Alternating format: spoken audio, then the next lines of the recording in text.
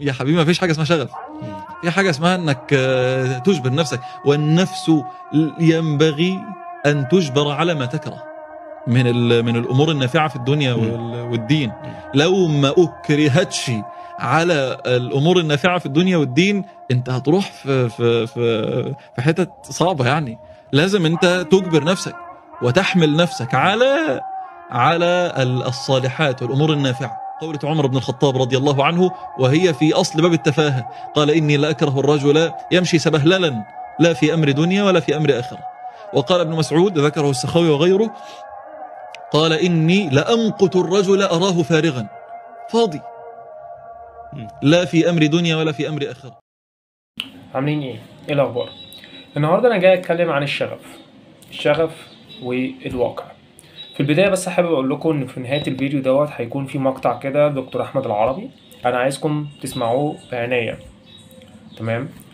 باختصار أنا مش هتكلم عن الشغف. هو الشغف ده للأسف مفهوم بتوع التنمية البشرية قعدوا يقولوا انت تستحق، انت تقدر، اجري ورا الشغف بتاعك، اجري ورا الحاجة اللي انت بتحبها. تمام. انا بصراحة كنت من ضمن الناس دي من 11 سنة فاتوا. تمام.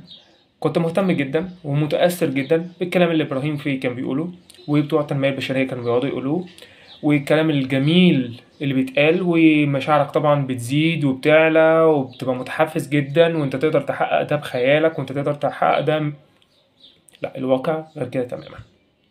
فضلت ماشي في الموضوع دوت سنة، التانية، التالتة. كانت الأول نظام مذاكرتي مختلف تماما عن القراءة السريعة والحاجات الهسل اللي كان بيتقال في المحاضرات، وقانون النمل وقانون الأمل وقانون يعني أنا جبت كتب إبراهيم الفقي كلها. تمام، قريتها. تمام. وستيفن أركوفي وجون سي ماكسويل وأنتوني روبنز وديل كارنيجي، هو اللي لقيتهم كلامهم إلى حد ما كويس هو ديل كارنيجي وستيفن أركوفي، هما الاتنين دول بصراحة يعني. الكلام الجميل ده كله مش هيوصلك لحاجة، انك تجري ورا شغفك مش هيوصلك لحاجة. كان وائل غنيم مرة منزل فيديو قالك اللي هيمشي ورا شغفه الواقع هيهزقه. تعالى بقى انا احكي لك الواقع عمل معايا ايه. لما انا بقيت امشي ورا الشغف بتاعي وبقيت امشي ورا الكلام اللي هو اللي بيتقال ونظام المذاكرة اللي هو السطحي. طبعا مذاكرتي كانت الاول مختلفة تماما. كنت الاول بتقرأ، وبعد ما بتقرأ الحاجة بتبتدي تحدد الخطوط أو الخطوط العريضة اللي موجودة، وبعد كده إنك بتبتدي تقرأ كل حاجة أو بتذاكر كل حاجة على حدة، وبعد كده بترجع تراجع كل ده تاني، وبعد ما تخلص بتسأل نفسك هو أنا اشتغلت إيه، أو إيه اللي أنا اتعلمته، أو إيه اللي أنا النهاردة ذاكرته. تمام. وبتبتدي لما بتبتدي حاجة تانية بتراجع اللي فات. بدأت إن أنا أتعلم بقى وانخرط في نظام القراءة السريعة ومش القراءة السريعة، وتخلص كام كتاب في وقت قد إيه، وكل يوم تخلص كتاب، اللي هو الكلام اللي إبراهيم الفقي كان بيقوله اللي هو الجميل الحلو دوت. ما انكرش إن أنا كنت غلطان. تمام. ساعتها كنت لسه في بداية المراهقة، وبصراحة أو في نص المراهقة، وما استفدتش حاجة خالص حرفيا. اللي حصل كالآتي: المعلومات ما بقتش تثبت في دماغي، تقديراتي وأرقامي مش أحسن حاجة. تمام.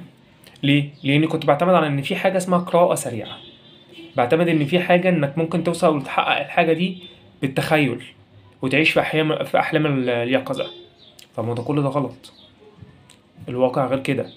وإن أهم حاجة إنك تقرأ. أنا منكرش إن القراءة ليها دور مهم جدا، بس قراءة من غير خبرة عملية nothing حرفيا. اللي حصل معايا كالآتي: إن أنا بعد ما خلصت كلية وخلصت خدمة عسكرية طلعت لسوق العمل، مفيش وظيفة. ايه يا احمد، انت حابب تقدم ايه؟ وتقدم هنا وبقدم هنا وبقدم هنا وبقدم هنا، دخلت كذا انترفيو، للاسف مفيش وظيفه. ليه؟ وعلى فكره كان المرتب مش واو قوي، كان مرتب عادي، بس انا قلت مجرد خطوه ابتدي بيها، ابتدي اكسب المهارات اللي انا عايزها والى اخره. مفيش. معلش يعني انت في 100,000 واحد زيك معاهم 100,000 شهاده جامعيه، ولما بيجي يقدموا في سوق العمل نسبة كبيرة منهم ما بيشتغلش. عارف ليه؟ في نقص مهارات، في lack of skills. نقص المهارات ده حضرتك شغل التنميه البشريه والهسل مش هيوصلك لحاجه. شغل الشغف وانك تجري ورا الشغف بتاعك، انا زي واحد بدات مهتم بالشغف بتاعي، انا مهتم بالسيكولوجي وبهتم بممارسه الرياضه، تمام، عشان انا حابب ان انا اكون زي اي واحد نفسه ان هو ينضم الكليه العسكريه، وبدات اجري ورا الشغف بتاعي ان هو التخصص بتاعي ومش التخصص بتاعي، واهملت تماما الخبره العمليه. طب لما طلعت بقى لسوق العمل مفيش، احبطت، حزنت، اكتئبت، القلق زاد، متضايق جدا، متعصب، كل المشاعر دي كلها جميله. حطها بقى على جنب. لما بدات اتعامل الامور بواقعيه وبدات اشوف سوق العمل، حته سوق العمل دي مهمه، سوق العمل عايز ايه، وبدات اشتغل على السكيلز اللي هم عايزينها، واولها هي تعلم اللغه. انا جاي اقول لك النهارده ان انا حياتي اختلفت بنسبه، مش هقول كام في المية، بس اختلفت بنسبه كبيره. ليه؟ بدات اعيش بواقعيه. الواقع انك تشوف سوق العمل طالب ايه، والشغف او الحاجه اللي انت بتحبها دي جاست هوايه، هوبي، هوايه انت بتحبها. انا والله بحب العلاج النفسي، تمام، ومهتم بالعلاج النفسي بقالي سنين طويله، بس كل السنين الطويله دي اكاديميك. ما انكرش ان انا معايا في التخصص بتاعي ما يقرب من سنتين خبره ارشاد، سنه ارشاد، تمام، والسنه التانية كان تدريب اكلينيكي. طب وبعدين المجال سكته طويله جدا قوي قوي، لدرجه ان انت ممكن تصرف فلوس ومش هتاخد مقابل الا مواصلاتك حرفيا، ده انت لو اخدت مقابل كمان. طب ارض الواقع او التجربه العمليه، انت عايز تكون نفسك، عايز تبدا حياتك، لا حضرتك لازم يكون معاك لغه او اكثر من لغه، لازم يكون معاك يعني كوميونيكيشن، تعرف يعني ايه كوميونيكيشن سكيلز، تعرف يعني ايه نيجوشيشن، تعرف يعني ايه السكيلز اللي هتساعدك ان انت تتعلم تبقى ازاي بياع، تمام. الكلام اللي كان بيقوله احمد ابو زيد، والكلام اللي بيقوله وليد طه، والكلام اللي بيقوله صلاح ابو المجد، والكلام اللي بيقوله اللي هو جيل يقرا وعلي محمد علي، الكلام دوت مش من فراغ، الكلام ده مبني على تجارب هم عاشوها. وانا جاي اقول لك انا الناس دي لما كنتش بسمعها انا تفكيري ما كانش اتغير، لان انا اسف كنت منحصر في حته ان انت ايه، عايش ان الجانب الاكاديمي دوت هو ده اهم حاجه، عامل شبه نجيبه متولي الخولي. فانا جاي اقول لك لا، شوف سوق العمل عايز ايه، وشوف ايه اللي هو يعني انت متقبله، او الحاجه اللي انت تقدر تأدي فيها ابتدي فيها، واللي انت مش قادر تأدي فيها النهارده ممكن تأجلها بعدين. وانا بنصح اي حد ان هو لو عايز ينجح في اي حاجه، انا اسف، انت لازم تتعلم لغه ايا كان التخصص بتاعك ايه. تعرف دلوقتي انا في العلاج النفسي لو حبيت ان انا يكون معايا ماستر ديجري او معايا مثلا كورس هاخده مثلا من معهد معين، يفضل انك تتعلمه باللغه الانجليزيه، لانك هتكون متميز جدا عن 100,000 بني ادم درس نفس الكورس باللغه العربيه. خلي بالك ستيل في بلدنا بياخدوا بالشهادات، وستيل بره الدوله بياخدوا بالشهادات برضه، بس بالشهادات اللي فيها خبره عمليه.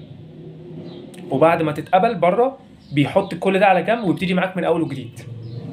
يعني كل اللي انت هتتعلمه جوه بلدك، الخبره اللي انت هتتعلمها جوه هتتحط على جنب وهتبدا من اول وجديد. هقول لك الخبره دي اللي اهلتك ان انا اقعد بس معاك. وعلى فكره لو حد فيكم بيقدم في منح بره هيعرف قيمه الكلام اللي انا بقوله دوت. الشغف، مش هقول لك حاجه حلوه او حاجه وحشه عشان انا مش هينفع ان انا احكم، عشان انا عندي احكام كتير، لكن هقول لك الحاجه اللي انت بتحبها جميل اديها من وقتك بس كهوايه، لكن الصح انك تشوف سوق العمل عايز ايه وتشتغل عليه، هو ده اللي هيفرق معاك. تعال بقى نرجع بالزمن. لو انا بدات ان انا من سنين او من 11 سنه فاتوا بدات ان انا ركزت على اللغه وركزت على حاجات كتير، كان هيوصل سني مثلا 19 سنه هشتغل كاستمر كير في انجلش اكاونت وهاخد مرتب كويس جدا. سنة التانية هتعلم لغة جديدة، هتعلم حاجات جديدة، كنت زماني مثلا دلوقتي عايش في الامارات او في المانيا او في اي دولة غربية، او استيل عايش جوه بلدي بس بكسب بالعملة، تمام. انا ليه بقى بعمل كل الفيديو ده؟ عشان لاحظت ان اغلب الناس اللي بتتابعني عندها من 18 ل 24 سنه. ده اهم سن، ده اكتر سن انا ما كانش عندي فيه وعي، ده اكتر سن وما قبل ال 18 سنه انا اهدرته في اللاشيء. انا ما استفدتش من السن دوت غير شويه كلام اكاديميك، ببذل مجهود كبير في القراءه، والقراءه اللي هي السريعه اللي ما فيش منها تطبيق عملي او كلام مفيد. سيبك من الكلام اللي بيرفع المشاعر وبيخليك متحفز، كل ده بينتهي. النجاح ما هواش سهل. النجاح انك بتتعرض لمواقف صعبه، والمواقف الصعبه دي انت بتتعلم منها. وعلى فكره الموقف الصعب بيعلمك اكتر من الموقف السهل، يعني لما بتمر بدروب معين في حياتك فانت بتتعلم اكتر بكتير من الموقف السهل. ليه؟ انك بتبتدي تكتسب خبرات اكتر بكتير جدا من الخبرات اللي عندك.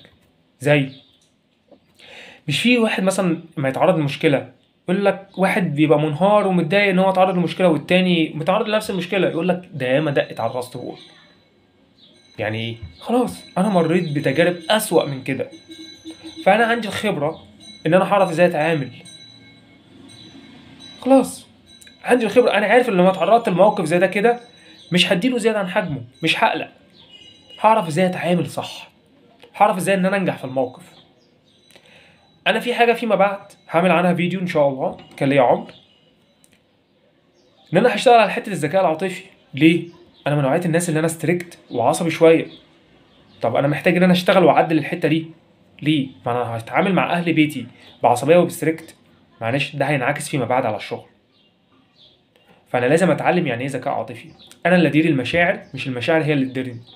اتعلم ازاي ادارتها، اتعلم ازاي ان انا اكسب الموقف.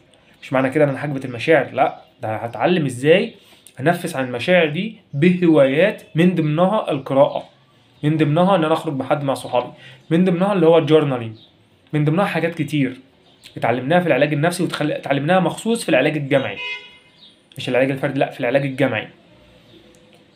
تمام؟ لو محدش يعرف يعني ايه علاج جمعي، ده جروب كده بيبقى قاعدين ناس حوالين بعض دايره، ده بيبقى مهم جدا وقوي جدا وبتحس فيه استفاده قويه، بس بيبقى الموضوع عايز صبر. تمام؟ شغف ماشي، جميل، حلو. سوق العمل عايز ايه؟ مش هقولك اكتر من كده. دعواتكم ليا بالتوفيق والسداد، وان ربنا يصلح ما بين ايديا ويصلح لي الحال ويوفقني في اللي جاي، وان شاء الله هحاول ان انا اكون ملتزم شويه لان ظروفي مش سامحه اليومين دول. ان انا اكون على الاقل كل اسبوع انشر فيديو واحد. ولو في اي سؤال اتمنى ان انتوا تكتبوا لي تحت في التعليقات. سلام.